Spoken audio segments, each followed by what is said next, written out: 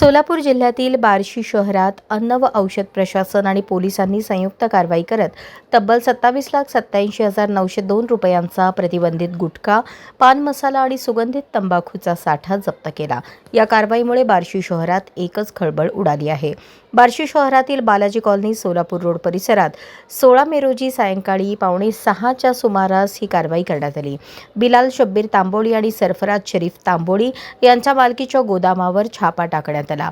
यावेळी विविध प्रकारचा प्रतिबंधित गुटखा, पान मसाला, सुगंधित सुपारी आणि सुगंधित तंबाखूचा मोठा साठा आढळून आला। अन्न सुरक्षा अधिकारी रामानंद उमाशंकर स्वामी यांनी दिलेल्या फिर्यादीवरून बार्शी शहर पोलीस ठाण्यात गुन्हा दाखल करण्यात आला आहे। आरोपींनी महाराष्ट्र शासनाच्या अधिसूचनेचे उल्लंघन करून विक्रीसाठी हा प्रतिबंधित साठा ठेवला असल्याचे तपासात निष्पन्न झाले। कारवाई दरम्यान पोलिसांनी विविध कंपन्यांचे गुटखा, रजनीगंधा पान मसाला तसेच सुमारे 80 किलो सुगंधित तंबाखू असा मोठा मुद्देमाल जप्त केला।